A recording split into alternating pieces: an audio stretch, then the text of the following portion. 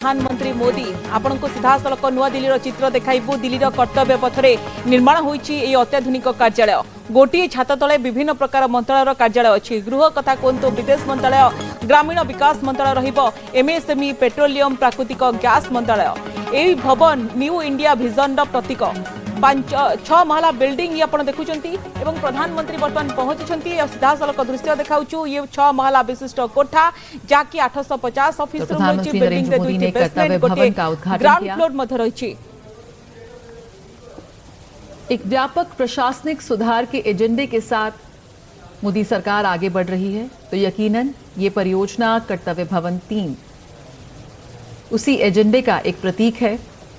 मंत्रालयों को कैसे एक साथ स्थापित करना और अत्याधुनिक इंफ्रास्ट्रक्चर को अपनाकर एक साझा केंद्रीय सचिवालय अंतर मंत्रालय समन्वय में सुधार लाएगा, इसी का एक बेहद सशक्त उदाहरण पेश करेगा कर्तव्य भवन।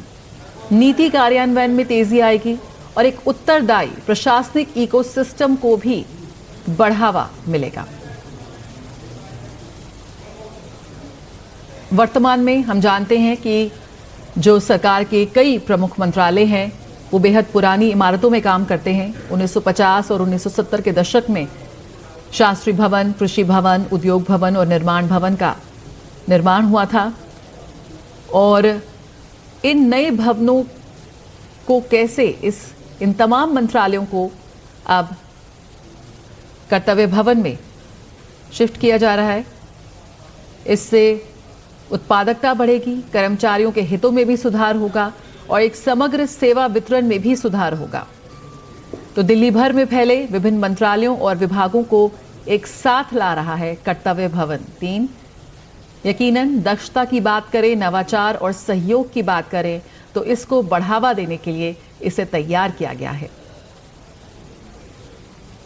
एक बेहद अत्याधुनिक कार्यालय परिसर में है ये, जो लगभग 1.5 लाख वर्ग मीटर क्षेत्र में फैला हुआ है और इसमें 2 बेसमेंट और भूतल और 6 मंजिल हैं।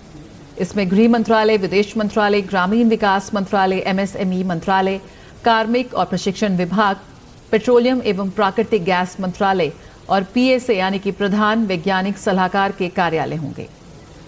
ये नया भवन आधुनिक प्रशासनिक ढांचे का प्रतीक है, जिसमें आईटी समर्थित और सुरक्षित कार्यस्थल है।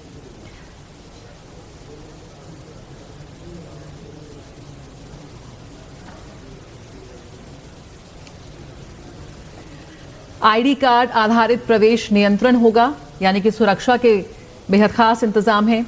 एकीकृत इलेक्ट्रॉनिक निगरानी और एक केंद्रीकृत कमांड सिस्टम भी इसमें शामिल है। ये स्थायित्व में भी अग्रणी है और डबल ग्लेज्ड अग्रभाग, रूफटॉप सोलर वाटर हीटिंग, उन्नत HVAC सिस्टम और वर्षा जल संचयन यानी कि रेन वाटर हार्वेस्टिंग टेक्नोलॉजी से लैस है।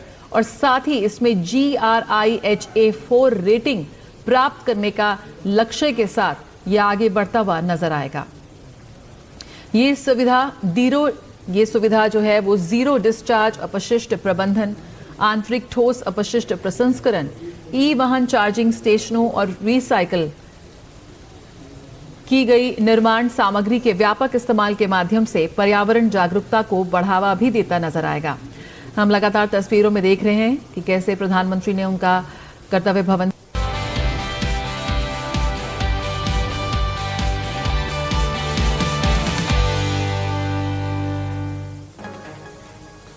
गालुआ